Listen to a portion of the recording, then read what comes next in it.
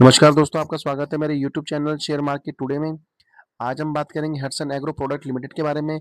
Company के fundamental कैसे हैं, चार्ट पे कहाँ पर सपोर्ट है, कहाँ पर रेजिस्टेंस है, नेक्स्ट टारगेट क्या निकल के आएंगे, स्टॉक को कहाँ पर बाय करना चाहिए, हम सब इस विषय में बात करेंगे। चलिए जान लेते हैं थोड़ा कंपनी के बारे में। कंपनी की मार्केट कैप है लगभग 24,119 करोड़ की। स्टॉक ने आज क्लोजिंग दी है 1080 पे, जबकि 52 वीक लो बनाया है 817 रुपए का और 52 वीक हाई लाया है 1200 रुपए का। स्टॉक का पी है 67.20 का, जबकि इंडस्ट्री पी है 29.70 की। बुक वैल्यू है स्टॉक की 83.50 की। आर है 17 का और आर है 13.10 का। फेस वैल्यू है 2 रुपए की और कंपनी पे उधारी है लगभग 2000 करोड़ की। चलिए मार्केट स्टॉक के जरा चेक कर लेते हैं रिजल्ट क्वार्टरली कैसे रहे हैं। हम आ गए रिजल्ट पर। मार्च 2025 में स्टॉक ने सेल करी थी 2210 करोड़ की। जून 2025 में करी थी 2535 करोड़ की और सितंबर 2025 में करी थी 2381 करोड़ की। ऑपरेटिंग प्रॉफिट मार्जिन चेक कर लेते हैं। मार्च 2025 में 10% रहा, जून 2025 में 15% का हो गया और सितंबर 2025 में यह 14% का रह गया। प्रॉफिट मार्जिन चेक कर लेते हैं। नेट प्रॉफिट क्या है इसका।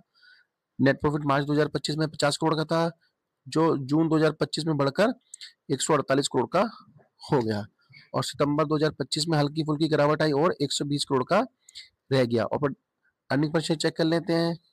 मार्च 2025 में अर्निंग पर शेयर 2.23 का था, जो जून 2025 में बढ़कर 6.65 का हो गया और सितंबर 2025 में हल्की सी गिरावट आई और 5.40 का रह गया।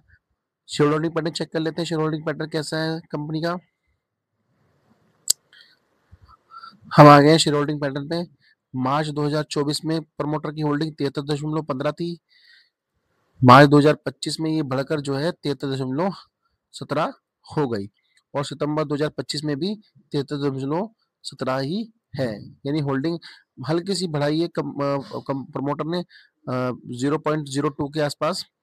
एफएफएस की होल्डिंग चेक कर लेते हैं। मार्च 2024 में एफएफए की होल्डिंग 2.86 थी, जो मार्च 2025 में बढ़कर 3.40 की हो गई और सितंबर 2025 में ये हल्की फुल्की घटी और 3.26 की रह गई। डीएस की होल्डिंग चेक कर लेते हैं। मार्च 2024 में डीएस की होल्डिंग 9.81 थी, जो मार्च 2025 में बढ़कर 10.08 की हो गई और सितंबर 2025 में भी हल्की फुल्की डीएस ने होल्डिंग बढ़ाई और 10.36 की कर ली। पब्लिक की होल्डिंग चेक कर लेते हैं। पब्लिक की होल्डिंग मार्च 2024 में 14.18 थी, जो मार्च 2025 में घटकर 13.35 की हो गई और सितंबर 2025 में हल्की फुल्की घटी और 13.20 की रह गई। देखिए एफएफएस की होल्डिंग और डीएस की होल्डिंग ठीक है, स्टॉक प्रमोटर की होल्डिंग भी ठीक ठाक ही है। चलिए चार्ट पे चलते हैं और चार्ट पे देखते हैं कहाँ पर स्टॉक को बाय करना चाहिए, कहाँ पर सेल करना चाहिए। चलते हैं स्टॉक के चार्ट पर। दोस्तों हम आ गए हैं स्टॉक के वन डे चार्ट पर। देखिए वन डे चार्ट पे स्टॉक ने क्या करा है कि आज उसने जो है 903 रुपए की एक लो बना के एक शार्प तेजी दिखाई और स्टॉक ने जो है 1084 रुपए का अपना हाई बना दिया। देखिए प्रीवियस चीजें चेक कर लें, प्रीवियस हिस्ट्री क्या है। स्टॉक ने 1346 रुपए का हाई बनाया, उसके बाद एक शार्प गिरावट आई स्टॉक में और शार्प गिरावट आने के बाद स्टॉक ने जो है अपने 861 रुपए का लो बना दिया और देखिए यही इसी लो के आसपास बार बार ये सपोर्ट फेस कर रहा था। सपोर्ट के फेस करने के बाद यहीं पर स्टॉक ने तेजी दिखाई और तेजी दिखाने के बाद आज ये 1084 रुपए के आसपास बंद हुआ है। देखिए मेरा मानना है यदि किसी के पास स्टॉक है तो स्टॉक को होल्ड कर सकते हैं। होल्ड करने के लिए होल्ड करने के बाद इसका पहला टारगेट निकल के आएगा लगभग लगभग 1128 रुपए का और दूसरा टारगेट निकल के आएगा लगभग 1200 रुपए के आसपास का। मेरा मानना है जिसके पास स्टॉक है उसे होल्ड करें और पहला टारगेट 1128 रुपए और दूसरा टारगेट जो है 1200 रुपए का के लिए होल्ड करें। और यदि किसी को नया नया बाय करना है स्टॉक को तो लगभग लगभग ये स्टॉक जो है 1045 रुपए के आसपास बाय कर सकता है।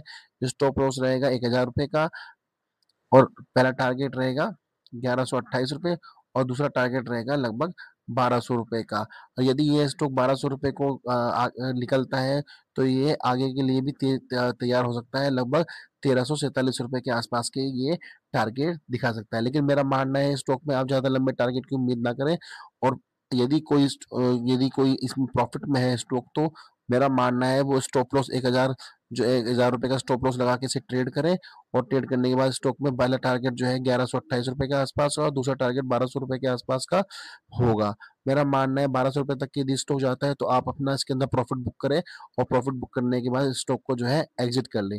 यदि कोई नया व्यक्ति बाय करना चाह रहा है, नया ट्रेडर बाय करना चाह रहा है, तो अपने वित्तीय सलाहकार से इस बारे में जरूर बात करें स्टॉक को बाय करने से पहले, और तभी स्टॉक को बाय करें। मैंने अपना बाय करने का लेवल बता दिया आपको। ये स्टॉक जो है आप बाय कर सकते हैं लगभग 1045 रुपए के आसपास बाय कर सकते हैं। और मैंने आपको प्रथम और पहले टारगेट, दूसरी टारगेट इस बारे में बता दिया है। वीडियो पसंद आए तो वीडियो को लाइक करें, चैनल को सब्सक्राइब करें। मिलते हैं अगली वीडियो के में, तब तक के लिए धन्यवाद।